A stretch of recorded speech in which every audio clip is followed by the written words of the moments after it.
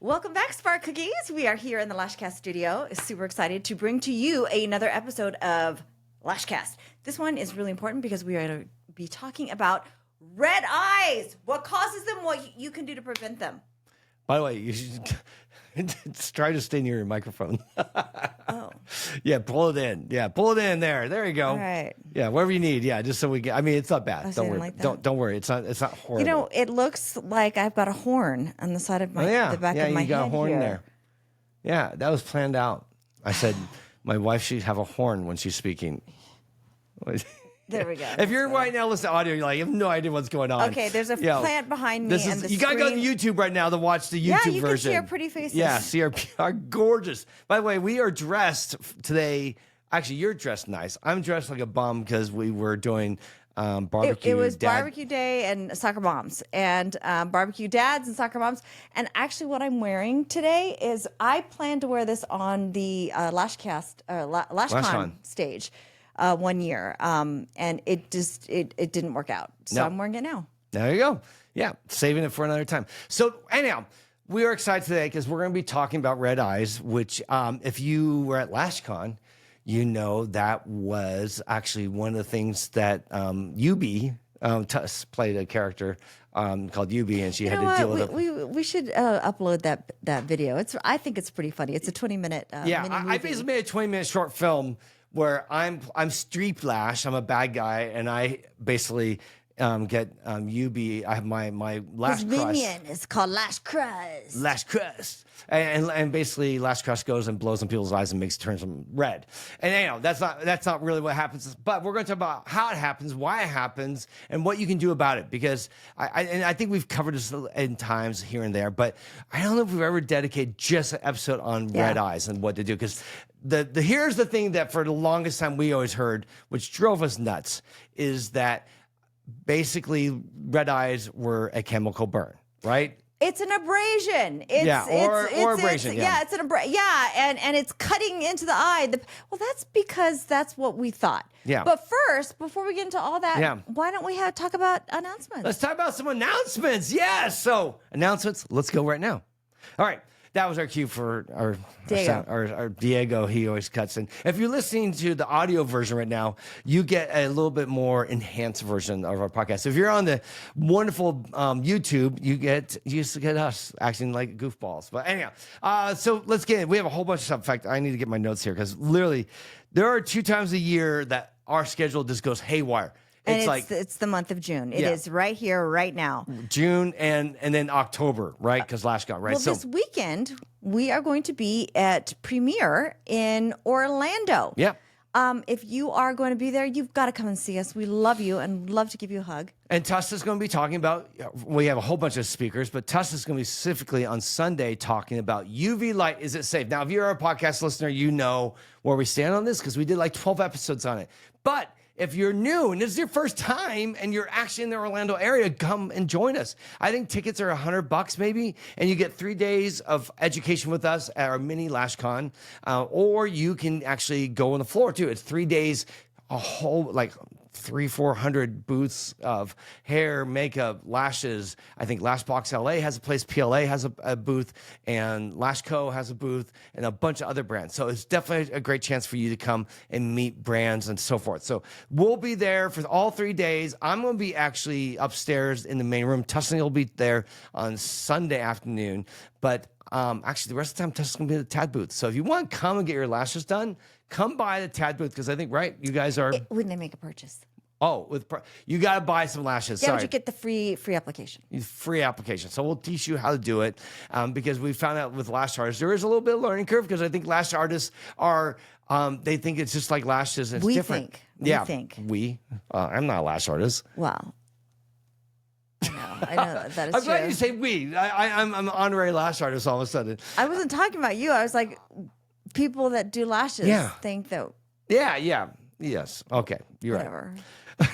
Communication, awkward moment, the dead air moment. Okay, what else we have going on? Well, LashCon tickets right now are on sale, and we are going to have a price increase on June 2nd.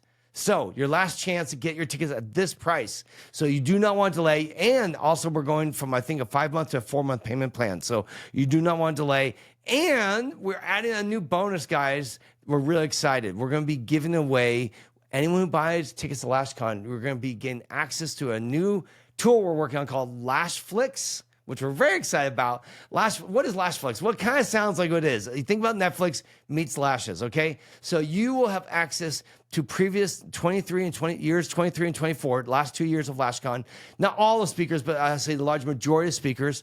And you'll get all the classes that we taught in Clubhouse. So it's like 50, 60, 70 hours. Oh, all the Clubhouse classes. That's great. Yeah, so not all the replay, not the Q&As, because there's too many of those, but we did teach about pricing. We taught about how the glues and talks. We had lots of talks. So we'll teach you about business, finances, marketing, all that type of stuff included, along with a lot of our favorite talks from LashCon the last 2 years. So it's 50, 60, 70, maybe more hours of content. We've not even actually figured it all out. We're cataloging it, working on it right now.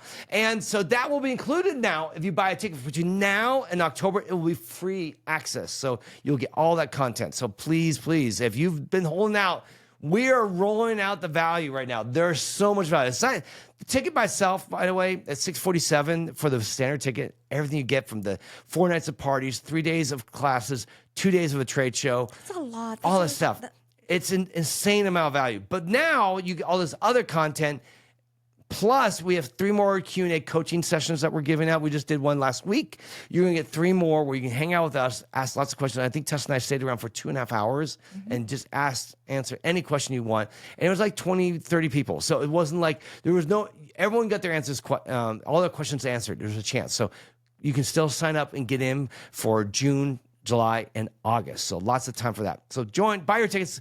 Link is in the show notes, or just go to lashconference.com. What else do we have going on? We still have some sponsor spots. So you think about sponsoring? By the way, our basic sponsorship is $1,400. You get 3 tickets with that. If you have a brand, you're like, well, I don't know if I can afford it. Get 2 friends and say, look, give me $400. You get a ticket to LashCon, and then I get my booth. Okay, and you spend less money than you would if you bought a regular ticket. So right now, to be a sponsor, the base level is so good. The value is awesome. Outside that, we're going to be at the course on June 14th. We're the MCs, which is really sweet. We can't wait to hang out with you in New York. If you don't have tickets, I know they have some tickets left. Go to thecourse.com, and we'll hopefully see you there. IBS will be at IBS on June 21st through 23rd. Like I said, this is our crazy month. We are going all over the place. And then our last announcement is we want to let people know we're excited about this. Borboleta is now in Cosmoprof, which is really, really good news for all of us, because if you have last-second needs and you can't get to your local Lash shop because maybe they're not open, they won't open, or when you are in a pinch and you've got lashes to do and you've got nothing on your shelves, that's almost an emergency. Yeah. So now you can go to Cosmoprof and you can pick up some Borboleta. Yeah. So that's it. Okay. So now let's get to our actual meat of the show. Why we're all here. Why are we here? We're going to talk about, well, the whole craziness about red eyes. And this would be something that I would get. I'll just share my experience, and then we'll let Tuss is going to unpack this. Okay. I'm actually sick, so I'm going to let Tuss carry the ball from this point All right. on. But I want to share what my introduction was to this, or how I would often hear about this. People would call our front desk. And if you guys don't know, we, for 13 years, had a salon. And I actually, in 2011 or 2013, I joined the team in 2011. But in 2013, we had to downsize. And I got the chance for about 2-3 years help work front desk. I want to say it was high volume. I mean, well, for a lash salon, we saw 800 women a month. Yeah. I mean, at our peak in like 2016, 17, 18, for a few years, 19, we actually were seeing 800 women a month, 700 to 800. It was crazy. I said a week, but I meant a month. Yeah. Anyhow, so I got to work front desk, and front desk was really a great chance to learn a lot. But what I found out front desk was really about was educating people. My job was to hear issues and problems and then communicate those things back like how it should be. Like, people would call me with all sorts of crazy ideas. And then I would listen and go, ask some questions, get more information. And then I would teach them. And what was so cool is so many times people are like, thank you. Thank you for actually telling me or answering my questions. My current lash artist doesn't know anything. In fact, sometimes with red eyes, by the way, someone would call and go, "Oh, my lash artist, she gave me red eyes. It must place have is been dirty. It must be dirty. The tools must not have been clean." I go, "Oh, no, that had nothing to do with that."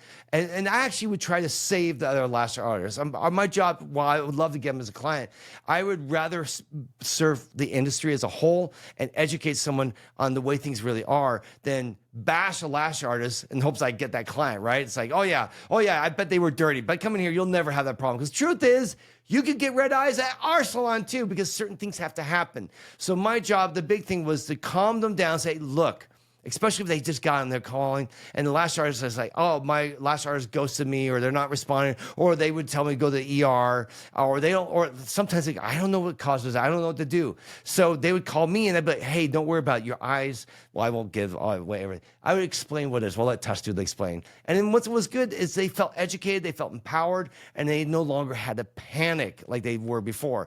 That's what we're doing this today. We are going to hopefully educate you so you don't have to be that lash artist, which basically says, I don't know, something's happened, but hopefully you don't hate me for it. You can actually say, oh, I know exactly what's going on. It really changed the game in our salon when I knew, Tuss basically taught me what it was, and I could quickly and easily explain it to someone over the phone, and then they would feel safe, and then they would come in, we'd take care of it if it was our problem, or if it was from their salon, they'd feel like, oh, great, finally someone understands me and cares. So anyhow, that all said, let's get into it. I'm going to hand it over to Tuss, and you're going to let it roll. Well, how did I learn all of this? I was fortunate enough to have a fantastic ally, a colleague on my side, Dr. Warren Stout. He's an oculofacial plastic surgeon, which is basically an ophthalmologist who is a surgeon of the eyes, who's also done a very specialized a study, I can't even think of the actually what it is. A focus? Fellowship. Yeah. Where you learn plastic surgery, but you're not learning all the plastic surgery, like the tummy tucks and the facelifts. You're learning it specifically of the eye. So it is a plastic. Is it Doheny Eye Research Center is what he co-founded, which is the Keck School of Medicine. But he went to Bascom and Palmer, which is the #1 eye ranked medical school for eyes. And he finished first in his class. The fellowship only accepts one fellow like every 2 years. Yeah, so it's extremely prestigious. And basically he can work on vision as well as the outer parts. So if an eyeball needs to be reconstructed, or the patient is born without lids, or the face has gotten blown off, or something like that, he's the guy that can fix it.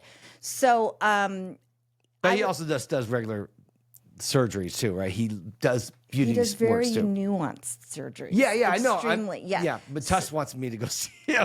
You know, there comes a time in everybody's life where you need a little bit of a pick-me-up, right? We've got gravity, we've got sagging. I mean, look at this face. Does this face need work? No. This face, when I was born, look at Tom this face. Cruise. Look at this. Would this face like the work for you? Yes. Okay. So anyway, no, I love you just the way you are. Yeah. But it would be better if you. Just kidding. No, I know. And by the way, if we do, we'll probably let everyone know, and we'll say, yes, I'm doing this as out of love for my wife. Listen, I got my lids done. I'm so happy. Like I said, there comes a time. And you want the best person to do it. And Dr. Stout is, in my opinion, the best. But I've been the beneficiary of a lot of his knowledge, because early on when I started my career, if I didn't understand something, I had to go to somebody who had the answers. And he was able to educate me on all the things that could go wrong in the lash room, because I would bring them to him and I'd say, what do I do in this situation? How do I tell my staff? And one of the things that I learned early on was red eye. The client would call the next day and be like, my eye is really, really painful. It really, really hurts. It's stinging. What do I do? And in the beginning, I had no clue. And people would use Visine, get the red out drops, and it would become even more stingy. And in the beginning, before I knew Dr. Stout, I just assumed that it was the pad.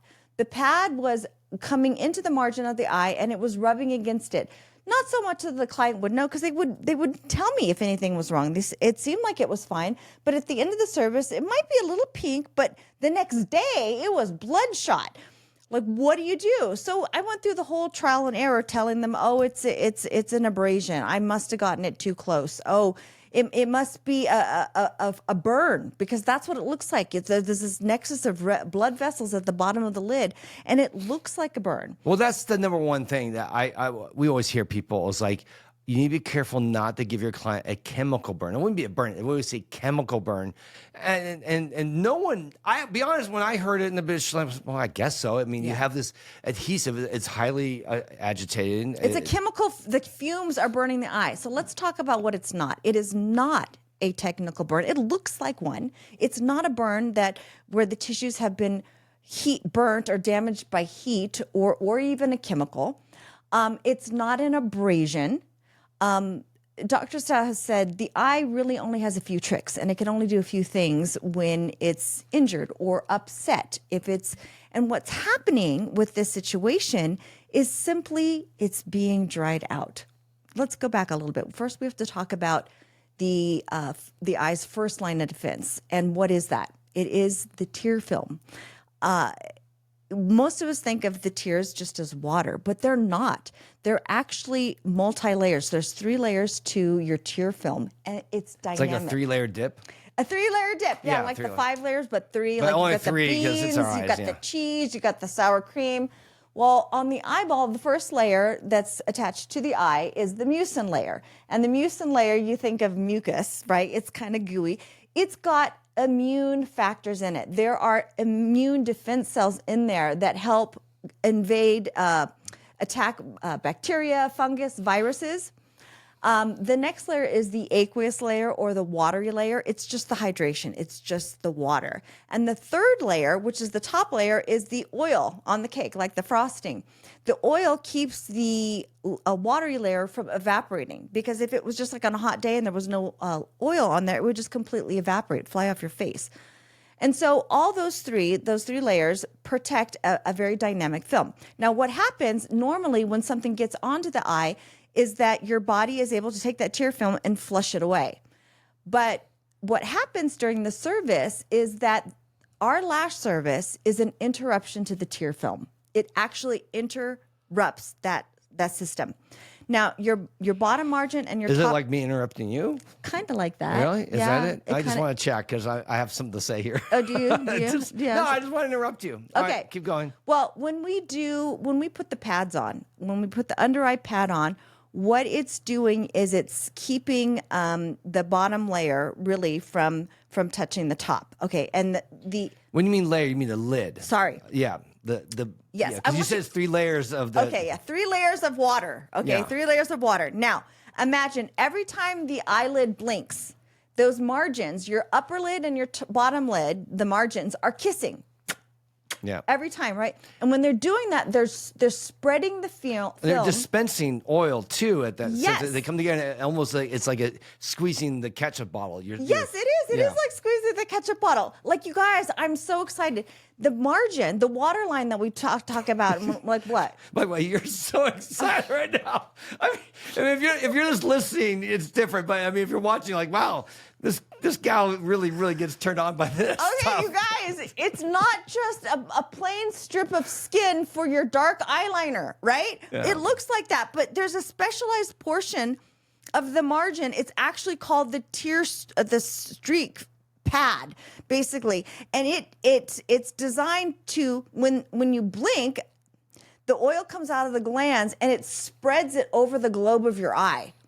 I know this is where you would be like, can we just have flipping videos we can refer to stuff in these things? I know. And one day, if we make a lot of money through this, which we haven't yet, but if we did, we could have a producer and we could have visuals and all that. But well, listen, I did make a post on this, and so you can go to my Instagram. It's called Life with Tuss, and there's actually a little animation on there that really shows you when the margins are kissing and blinking, it's dragging the tear film over the eye. Cool.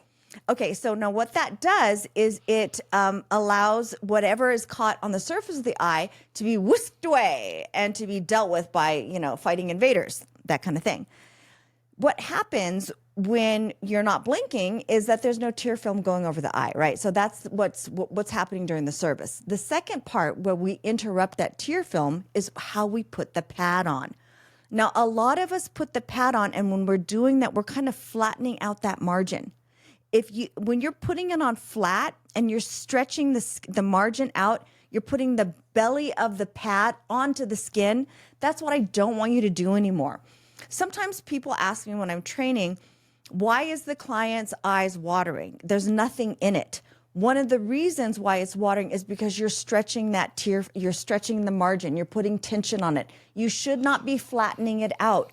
What you want to do is you want to, imagine this. Imagine the eye is closed, so the margins are kissing now, and then you just gently put that pad in between it. That's the ideal application, but it's kind of hard to do that. So you kind of have to do it kind of, if you go to the post, I have a video on there of how I actually place that pad on there. And the most important thing is you put it on the inside, kind of on the nose a little bit, and then you stretch it and you put it on the outside corner. You really are not putting it underneath the eye. I don't want you to try to put it onto the skin underneath the eye, because that's one of the direct ways that we flatten the margin out. You kind of work it in between. That gives the least possible interruption of that tear film. Okay. Now, but what happens is during the service, sometimes, especially if we're taping the eye, we're taping the eye up a little bit. And sometimes people's anatomy, their eye just doesn't close all the way. You know, you think that they're closed. And from our point of view, you really can't tell unless you're using that dental mirror to check to make sure. Sometimes it's parted at the base. Now, what happens is when we take our adhesive, now you have to understand that the adhesive that all of us use, whether it's cyanoacrylate based or just plain old acrylate, there's no cyano in it, it's still a known allergen. It is an eye and skin irritant. That's it. There's no way we can do the Lash service without that. It's safe, but it is an irritant. And so we do have to take some precautions with that. Okay, so one of them is making sure the eye is completely closed. Sometimes it doesn't. Sometimes the client's eye doesn't close, and sometimes it's actually parted. Now what happens is the little particles that come off the microscopic particles that come off the glue that make it volatile. The vapors. The vapors. Yeah. The vapors. I just want to add, I added something to the conversation. You did add something. Because I know it's not fumes. It's not fumes. It's not fumes. We do use those terms interchangeably, but the way I've heard it explained is that a fume is something that comes from combustion. Yeah. It's like fire causes a fume. A vapor is a particulate, like from water or steam or something like that, right? That's the idea. Yeah, a different form of it. Liquids. So basically you've got the particulate, and little pieces of it, little microscopic bits are floating in the air or around the glue ring or around the extension that's wet. And they're very microscopic. And what happens is they settle onto the eye. So let's just take a small pause and let's talk about that particulate. What I want you to understand is that those little particles that are coming off are not chemicals that are burning and attacking. That's not what happened. If it did, on the label of the adhesive, there would be a warning that said it's like corrosive, and that if it gets on your skin, it will burn. The particulates are burning. That's not what's happening. Yeah. What's happening is that glue is binding with the moisture in the air and immediately becomes inert. Okay, so it's not capable of burning anymore. It's almost like little pieces of plastic, right? Very lightly floating around because the moisture is combined with the cyanoacrylate and create a particulate that is, irritating. An easy way to think about it is it's like dust. That's all it is. I mean, a perfect example you always use is what happens if you take two. No one uses erasers anymore. But back when we were kids, back in my old days, they had chalkboards, okay? And you'd write on the chalkboard, and like one of the students, the teacher's pet, would get to go outside with the erasers and pound them together, and a big cloud of dust would happen. This is like in the olden days. Their eyes would get red because all the particulate would get in their eyes, and they'd come in and be totally red. Think about the nail girl who's sanding your nails. She wears a mask usually because all those particles are in the air. Okay. Well, that's what the glue is. It's giving off particles. And your body's natural response is defense is to turn red. That's how you know it's not burning. Yes. It's actually an irritation that's causing that. Now, normally, if you've got normal tear film, what happens is you just blink it away and it gets whisked away. But there's no tear film that's being replenished because it's being replenished every time you blink. There's no blinking happening during the service unless they've had lots of coffee or they're asking you to read their messages on their phone. But they're not doing that, so the tear film's not being produced. Now, why do we always see it in the bottom corner right here? Because that's when they're lying down, that's where it drains from first. It's the lateral outside corner. So this is called medial because it's close to the center. I'm pointing towards the inner corner. Yeah. That's medial, right? Lateral is the outside corner, like towards the ear, okay? And what happens is the film, or like think of it as a fluid in a bathtub. It drains, and so it's dry here. That particulate settles on there, and there's no defense for the eyeball. So it just has to be irritated that stuff is on the surface of the eye and it can't blink away. That's why you see that nexus of red vessels, okay?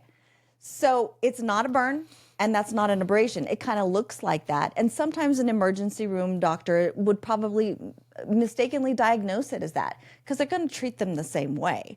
I mean, the thing with doctors, their job, especially ER or urgent care, get you out. I mean, just get you in, get you out, the fastest, quickest way to do it. So it's not because they're idiots, they don't know what they're doing. It's just that they don't have enough time to sit there and evaluate. They're just like, I have 18 patients waiting.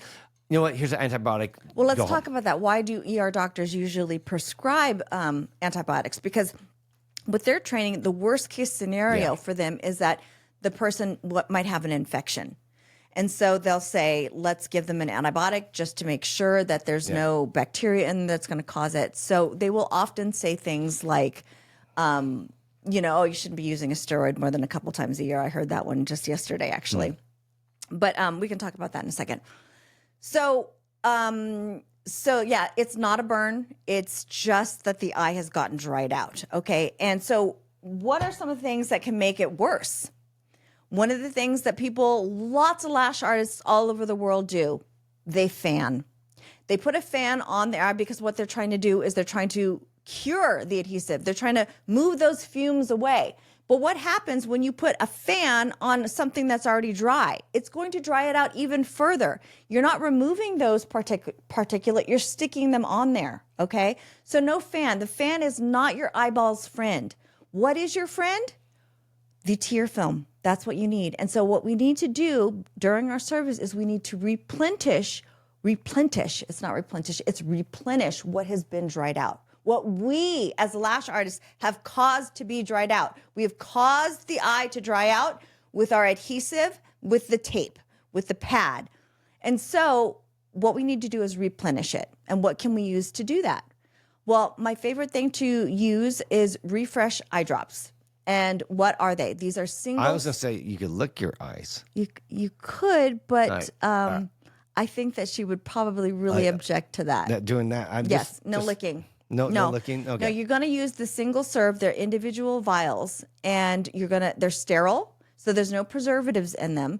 It is one of the most benign substances on earth. It is basically saline solution with some lipids that is bioidentical to the own lipids that we produce. But wait, you're adding like chemicals to their eyes. You're treating them like a doctor. You are now practicing medicine. Oh, is that what we're doing? Yeah. That's what people say. They say, oh, we can't do that. People are going to sue you. Okay, let me explain. You have caused their eye to be dried out. You have desiccated the tear film, and then you have added a smattering of irritating particulates, which come from a known eye and skin irritant. And you are just going to let them suffer like that. Well, you could do that. I remember getting calls like that. They said, they said, well, I can't do anything because I'm not a doctor. Yeah. And yes, of course, we as lash artists, we want to be extremely careful and have good boundaries and not diagnose people. But why is this different? What we're doing is we're just replacing what has been removed, and we're replacing something that is very benign. It cannot cause any harm. Now, I've heard, in fact, I know a few years ago, there was they had a recall of Revive, actually. Refresh. Refresh. They had a recall. It wasn't Refresh brand. It was a main brand. It was one of the big ones, and it was the big bottles. Yeah. Okay. So let's talk about this. There are things to use and things not to use. Okay. What you don't want to do is you don't want to buy the jumbo bottle that's maybe 1 ounce or 2 ounces, and you unscrew the lid and you put that in your client's eye. You don't want to do that. There's a couple reasons why. The main one is that it is very, very easy to cross-contaminate between clients, okay? Just one touch on that little tiny tip and it will contaminate it. So that's why you don't use a large bottle. The second thing is that large bottle has preservatives in it because it's large, they have to put something in it to prevent microbial growth so that when you put it in, you're not infecting yourself with a concoction of like botulism or something like that. So they have to put preservatives in it. Preservatives can be very irritating if the eye is dried out or injured or anything like that. So, and I'll just add that I believe Dr. Stout, we asked him about this, and he said he's not aware of any cases where actually the small sample size have ever spoiled or actually that came from Janice Luck, Dr. Janice Luck. Yes. Okay, yes. so you're getting a little ahead of me. Yeah. So the reason why we say don't use the big bottles is 2 reasons. Number 1, they can be contaminated very easily. They're not, and they have preservatives in them. And number 2, all of those large ones have had recalls before.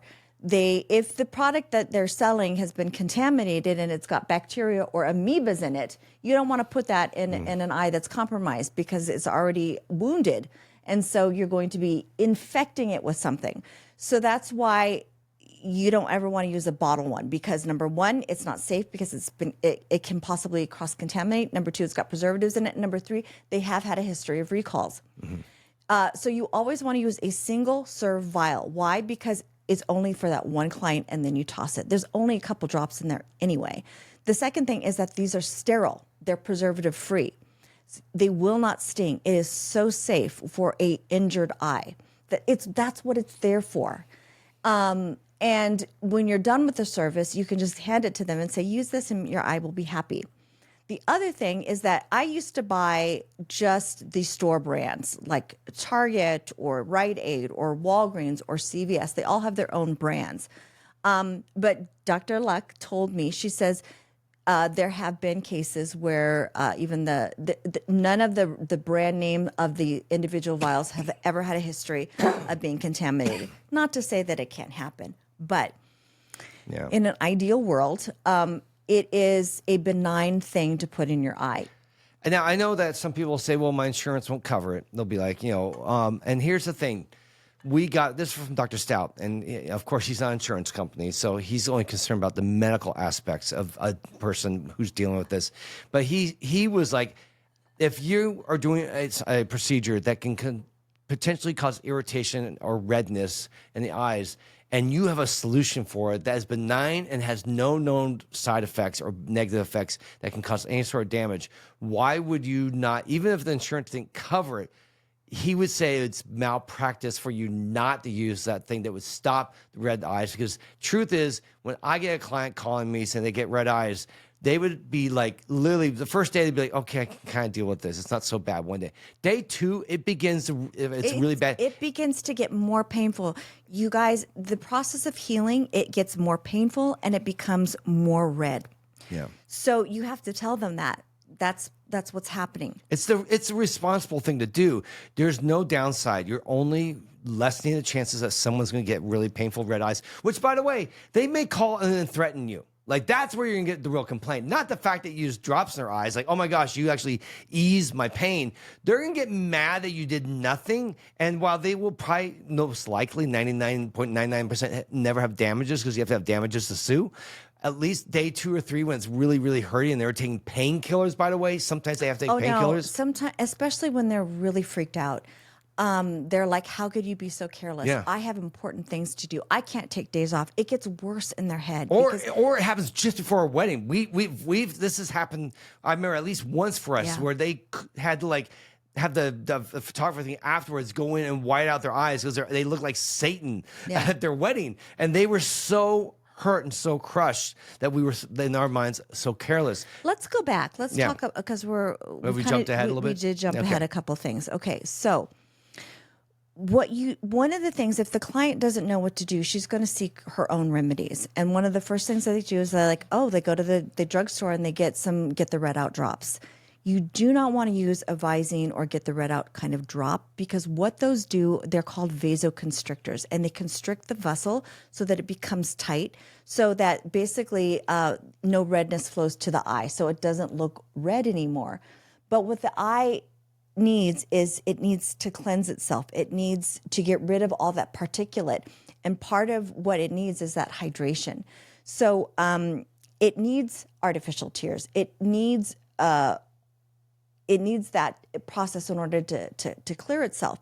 So when the vessels are closed, it can't do that, and it will take a little bit longer to heal, and it actually becomes a little bit more painful.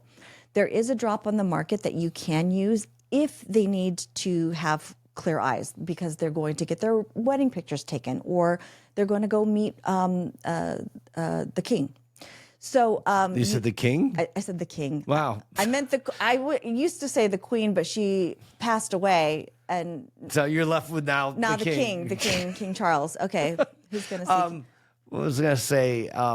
Again, this is something. Are we prescribing here though? Are we saying here's a medication you should take? No, I'm just saying that if you have red eyes after lash extensions, Lumify is one that doesn't constrict the blood vessels. It does constrict one way so that the red doesn't show, but it keeps the vessels open so that moisture can go in. It's an anti-agonist. What about whiteout?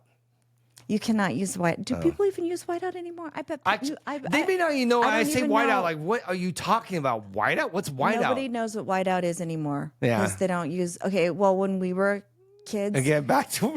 And they had typewriters. This is what it means to be old, because you say things and then no one knows what you're talking about. So you had to have typewriters, and if you made one mistake, instead of retyping the whole thing, you would put corrector fluid. It was called correction fluid, but the name was called whiteout. And it was like nail polish for your paper. You put it on there, and then you could write over it, and it would. And also forms, like if you were handwriting a form, like, crap, I messed it all up, you would just get white out, put it on, and now you guys know what it was like before computers. Now they don't even have paper. It's all, what is the thing? So Lumify. Lumify is an eye drop that will, but again, listen, you do not want to be administering Lumify in your client's eye. Why? Because it is an over-the-counter drug. And there are certain people, it's an extremely small population of people that should not get any anti-agonist drugs in them. Okay. Very unique. But so you don't ever want to dispense the Lumify into their eye. Would you suggest or say, here's something? Say, if you have redness in the eye and after you have lash extensions, a possible one to use is Lumify. Okay, because then they go in the store and they take the responsibility by going to the store and buying it. Yes, and they take all that. Just so you know, the Lumify will just take the red out. Okay, and it will allow the hydration to go in the eye. But the best thing to heal a red eye is hydration, which not water from a tap. Water from a tap or distilled water is going to be irritating. Why? Because there's no salts in it. There's no lipids in it. The reason why the Refresh dry drop, the single serve eye drops are good is because it's got everything that you need in it. It doesn't have the immune factors, but it has the lipids and it's got the saline in it. Okay, so something that you could use in place of the eye drop would be a saline solution. But the saline solution is not as good as the drop because there's no lipids in it. However, it will flush the eye. So if you're scared to use an eye drop, you can put saline in it, okay? If you're scared to put the saline drop in the eye, you can put it on the outside of the eye, and hopefully some of it will get in there. You really shouldn't be afraid. Dr. Stout's quote is that it does nothing but good. Even if the eye is, if the eye is injured, it still would like that hydration. It still needs that hydration to heal. Like your body needs fluids. It's not doing anything that can harm it. However, if you have a kiddie-sized pool or a 5-gallon bucket and you fill it up with the sterile, preservative-free tears, you could drown in it. That would be, something that could cause harm. But mean, that's the only situation that I can see where it would cause harm. It's like where water is generally good for you, but you could drown if you get too much water. You could drown in it, or you could drink too much and you could die. Yeah. Okay, but generally it's safe. Okay, so we're saying if you are using it as recommended, a couple drops during the service, this is what I want you to do. When you start the service, you put the tapes on. This is what I start with. I say, now I'm going to put an hydrating drop in your eye just to keep it happy during the service. And this is what it feels like. And you squeeze that little puppy out. So there's a little ball at the end of the little vial, and you get it real close to the eye and you just pop it in there. And I do that. I do it several times during the service. And when you do that, you will never give somebody red eye. Even if their eye is taped up and it's open and exposed, they will not have that situation where they are crying and calling you and saying, how could you be so careless to me? So that's how you prevent it. That's how you prevent from the eye from being dried out. Yeah, I think for me, what was great is once I understood this, I would walk people through this. I'd be able to sit there and they call. And as soon as my eyes are red, I'd be like, okay, I'm going to let you know what's going on right now. They go, well, yeah, my point. I was like, no. Actually, your lash artist isn't dirty. Your eyes got dried out in the appointment. You're open a little bit, or maybe your eyes, whatever. Basically, enough of the adhesive vapors got in that dried out the eye and caused it to be irritated. And your eye's defense, it turns red when it's angry, right? When it's not happy, it turns red. That's an easy way to think about it. And then they go, oh, well, what do you do? So, well, good news. You can go get a hydrating drops. And I would give them, and I would text them, here's a place you can go, Amazon, or just if you want right now, go to your local drugstore and get it. And then they would text me back and say, thank you so much. I would love to rebook with you. And I want to that. be super clear that once we started adopting this policy and we started giving the drops out to every single client, we didn't have this anymore. Yeah. We would only get calls from other places. Now, let me explain. This is not a lash allergy. This is not contact dermatitis. That's different. Contact dermatitis is affecting the skin.